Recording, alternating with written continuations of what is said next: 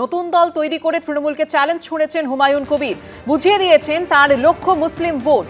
2011 থেকে মুসলিম ভোট ব্যাংকে তৃণমূলের একচেটিয়া আধিপত্য।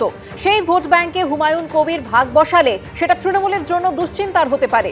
এই আবহে গতকাল ইঙ্গিতপূর্ণ মন্তব্য করলেন শুভেন্দু অধিকারী।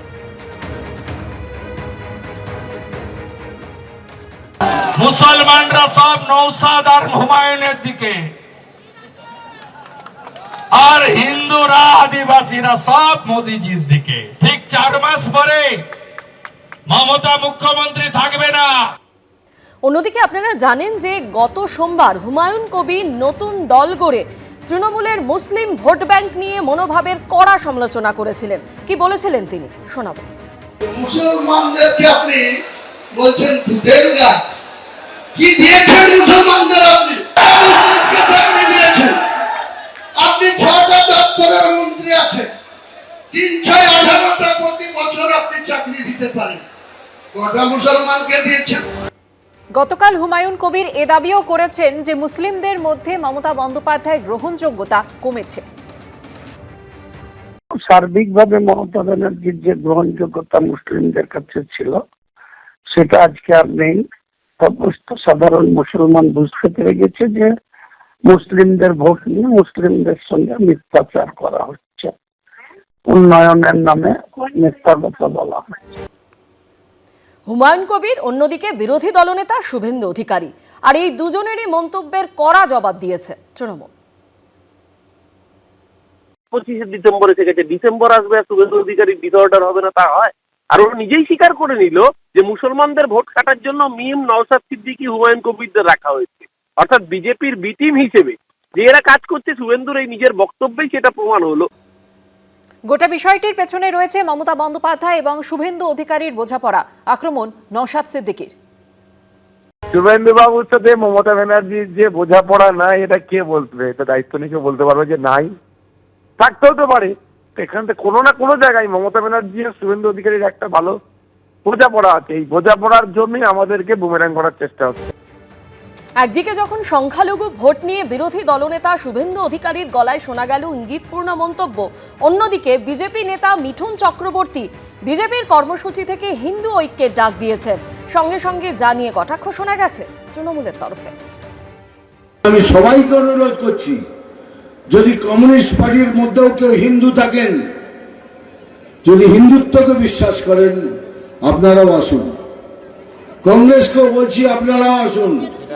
তৃণমূলের মধ্যেও যদি কারোদের কোনো বিবেক থাকে সেই হিন্দুদের, তারাও আসুন।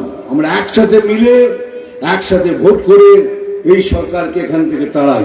এখন বিজেপি করছে বলে হিন্দু, তৃণমূলে থাকাকালীন সেকুলার ছিলেন। যারা অন্য ধর্মের ফ্যান আছে তাদেরকে উনি হতাশ করছেন। মিঠুন চক্রবর্তী অভিনেতা হিসেবে হিন্দু, মুসলমান, খ্রিস্টান সকলের কাছে তাঁর একটা গ্রহণযোগ্যতা ছিল। মিঠুন চক্রবর্তীর ক্ষমতা থাকলে বড় বড় ডায়লগ মারছেন কেন? যেখানে ভোটের নাম তুলেছেন, ভোটে বিধানসভা একবার দাঁড়িয়ে দেখুন না, কত ধানে কত চাল। এমএলএ ফাটাকেষ্ট, পর্দায় এমএলএ, এখানে হেরো ফাটাকেষ্ট। অন্যদিকে বিশ্ব হিন্দু রক্ষা পরিষদের উদ্যোগে তৈরি করা হলো বাবরি হটাও মঞ্চ, যাদের স্লোগান ধর্ম ব্যক্তিগত কিন্তু বাবর বহিরাগত।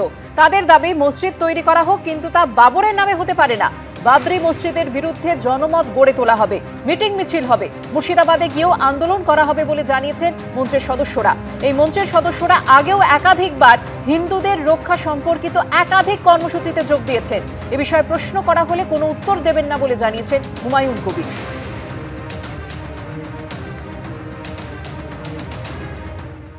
আমাদের কর্মসূচি উদ্দেশ্য একটাই, ধর্ম ব্যক্তিগত, বাবর বহিরাগত। বাবরকে ছাড়া নেই, বাবর এখানে থাকবে না। বাবর হিংস্র জন্তু, জানোয়ার, বিষ। তাকে কেন আমরা রোমন্থন করতে যাব? আমরা তাকে রোমন্থন করে কি বোঝাতে চাইছি? তার মতো হও, মানুষের মুন্ডু কাটো, পরে সম্পত্তি হরণ করো, পরের বাড়ির মহিলা হরণ করো, মা বোনদের হরণ করো, এটা তো হতে পারে না। আপনারা আন্দোলনের রূপরেখা কি? আপনারা কি সেখানে মুর্শিদাবাদ যাবেন? কোনো আপনাদের কর্মসূচি ঘোষণা করবেন? আমরা অবশ্যই মুর্শিদাবাদ যাব, আমরা অবশ্যই কর্মসূচি ঘোষণা করব, অবশ্যই যাব। আরে আমাদের যে সেন্ট্রাল কমিটি, তাদের 5 তারিখে আসার কথা ছিল 50খানা গাড়ি নিয়ে, তাদেরকে রাস্তায় আটকে দেওয়া হয়। আমাদের এখানে কোনো রকমের দাঁত ফোটাতে দেওয়া হয়নি আমাদের কেন্দ্র কমিটিকে, কিন্তু এবারে সমস্ত লড়াই স্থানীয়দের থেকে হবে। আমরা প্রত্যেকে কিন্তু স্থানীয় নাগরিক, পরিস্থিতি যেদিকেই যাক বাবরিকে হাঁটাতে হবে। আমি এসব প্রশ্ন কোনো উত্তর দেব না, যত খুশি করতে পারে পারলে আটকে নেবে, এইটাই আমার কথা। গঙ্গাসাগর মেলা শুরু হতে এখনো বেশ কিছুটা দেরি, কিন্তু তার আগেই শুরু হয়ে গেল রাজনীতির খেলা। সাগরে যেতে মুড়িগঙ্গা দিয়ে ভেসেলে পারাপার করতে হয়। গত বাজেটে রাজ্য সরকারের টাকায় গঙ্গাসাগরে 4 কিলোমিটার দীর্ঘ সেতু তৈরির ঘোষণা করেছিলেন মুখ্যমন্ত্রী। 500 কোটি টাকা এবার বাজেটে খরচ হবে এবং নেক্সট বাজেটে আবার টাকা পাবে। গতকাল গঙ্গাসাগরে দাঁড়িয়ে রাজ্য সরকারের সেতু তৈরির এখতিয়ার নিয়ে কার্যত প্রশ্ন তুলেছেন শুভেন্দু অধিকারী। জানিয়ে কটাক্ষ শোনা গেছে তৃণমূল কংগ্রেসের তরফে। এই ব্রিজ করতে গেলে বিজেপি কে দরকার, মোদিজির সাহায্য দরকার। ধব্বাজি 100 কোটি টাকায় ব্রিজ হবে। আমি কেন্দ্রের মন্ত্রীকে জিজ্ঞেস করেছিলাম, সর্বানন্দ সোনোয়ালকে, আমি জিজ্ঞেস করেছিলাম সিআর পাটিলকে, এনওসি নিয়েছে? বলছে না না কোনো প্রপোজাল নেই। আমি ওখানে যে নারকেল ফাটাচ্ছে বুঝে ভোটের জন্য। আবার মুখ্যমন্ত্রী মনিটরিং এ যাচ্ছেন এবং উনি রাজ্য সরকারের কোষাগার থেকেই এই ব্রিজ হবে ঘোষণা করেছেন। তো এই সরকারই থাকবে, মমতা বন্দ্যোপাধ্যায় মুখ্যমন্ত্রী থাকবেন, এই ব্রিজও হবে এবং সেই ব্রিজ মমতা বন্দ্যোপাধ্যায়ই উদ্বোধন করবেন। তারপরে গাড়ি চড়ে শুভেন্দুবাবু একবার ঘুরে আসবেন। গঙ্গাসাগর মেলা নিয়ে রাজনীতির যেন শেষ নেই। এই মেলাকে কেন জাতীয় মেলা হিসেবে ঘোষণা করছে না মোদী সরকার, এই প্রশ্ন একাধিকবার তুলেছেন মুখ্যমন্ত্রী। গতকাল সেই প্রসঙ্গেও মুখ খুলেছেন বিরোধী দলনেতা। কুম্ভ মেলায় কেন্দ্রীয় সরকার হাজার হাজার কোটি টাকা দেয়, আর গঙ্গাসাগর মেলাতেও 1 কোটির বেশি লোক আসে। বারবার আমি বলেছি এটাকে জাতীয় মেলা ডিক্লেয়ার করতে, কিন্তু আজ পর্যন্ত করেনি। বিজেপিকে আনুন, এটা জাতীয় নয় আন্তর্জাতিক মেলা হবে। আর তৃণমূলকে টাকা দেওয়ার প্রশ্নই নেই। তৃণমূল মানে